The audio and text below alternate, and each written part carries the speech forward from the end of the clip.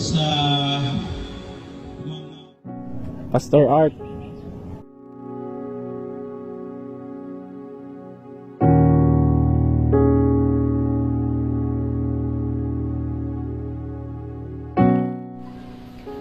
Tito Toto.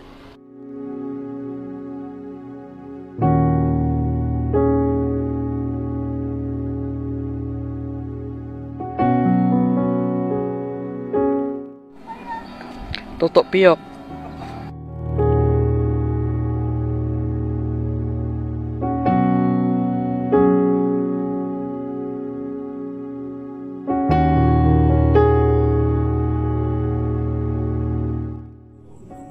Pa,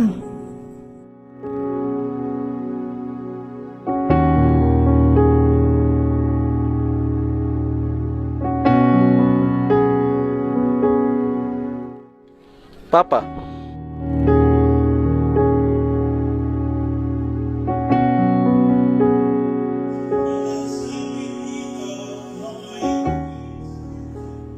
Salamat, Papa, dahil hindi ka nagsawang tumayo.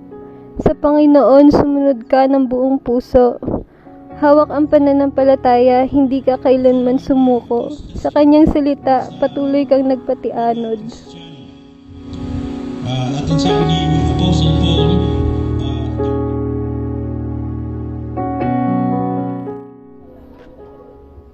Pa, sa totoo lang, natutuwa kami sa'yo. Kasi sa maagang edad, namulat ka sa iyong ministeryo.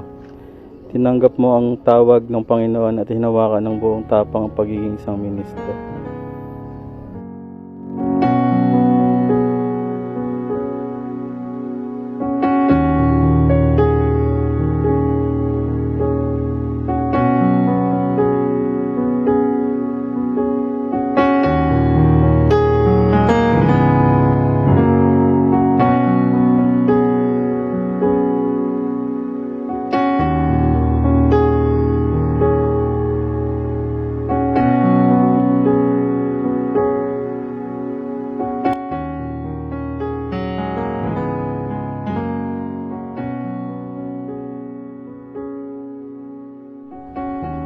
To, bilang isang kapatid mo, kilala kita mula noon hanggang ngayon.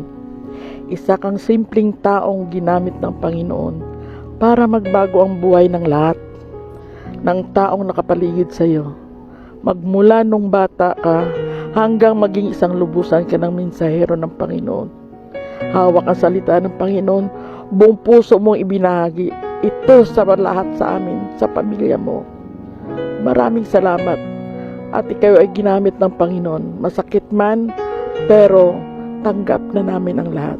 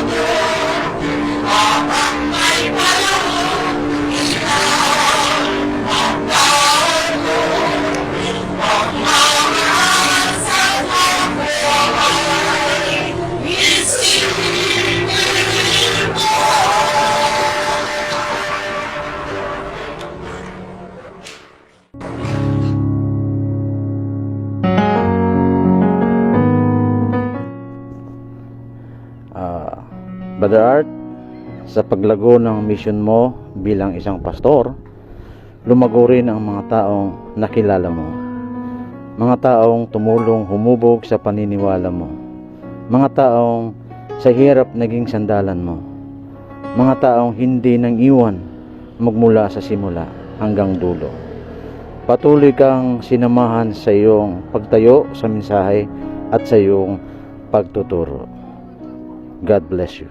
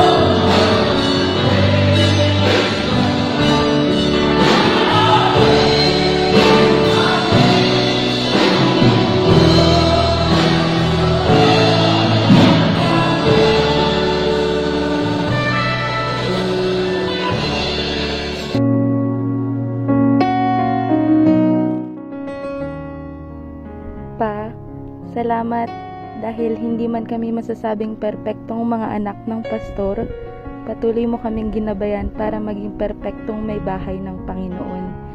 Salamat kasi hindi ka napagod maging haligi ng bahay natin kahit sa mga pagkakataong sinusubok na nga tayo ng panahon.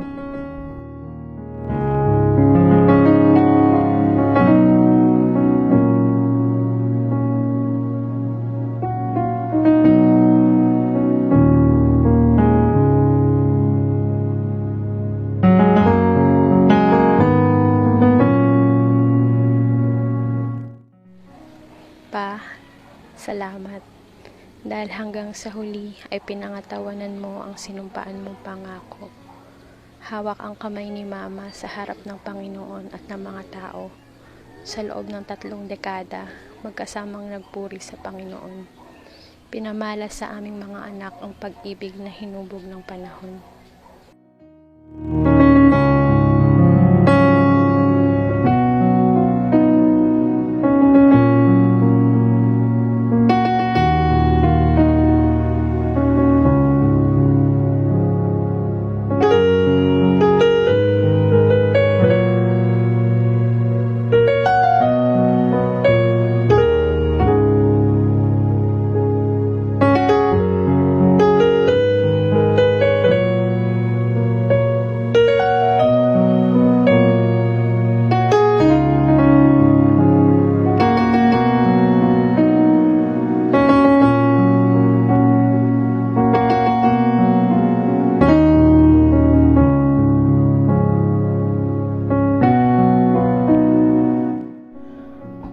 Marami mang dagok sa daan, patuloy ka pa rin nagpupuri sa Kanya. Marami man tayong pinagdaanan, tinuro mo sa amin na patuloy lang magpuri sa Kanya.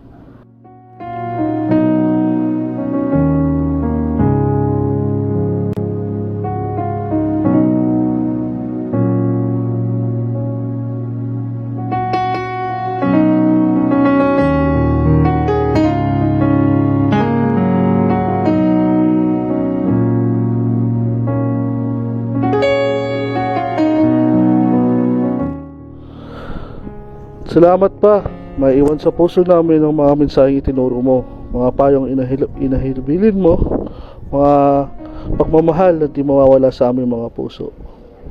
Salamat pa, hanggang sa muli nating pagkikita.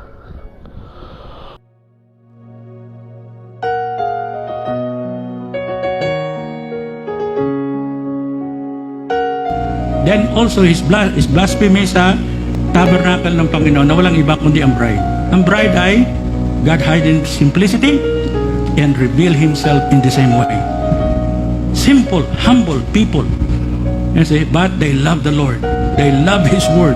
Ang focus nila ay word.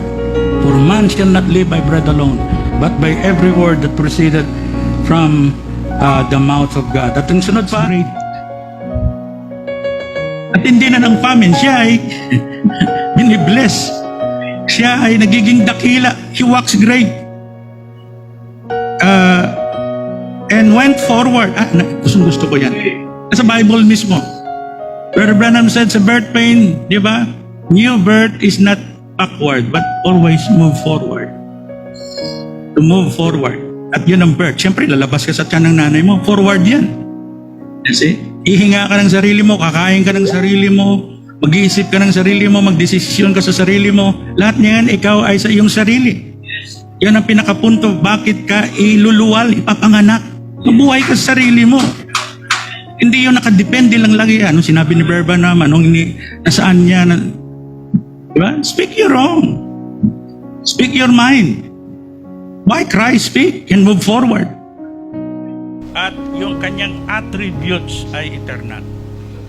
So, ano mangyayari doon sa temporal na process? Babalik lang siya uli doon sa attributes kung saan siya nagmula para, kumbaga sa carrier lang ng buhay para dalhin into a greater glory.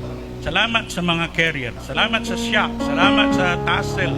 Salamat sa mga sanga, sa mga dahon. Sa lahat na naging bahagi, na naging carrier ng buhay. Dinaanan natin lahat yun. Dinaanan natin. Now, ang purpose, as I said, ng lahat ng ito ay ang sinasabi ni Apostol Pablo na all things work together for our good.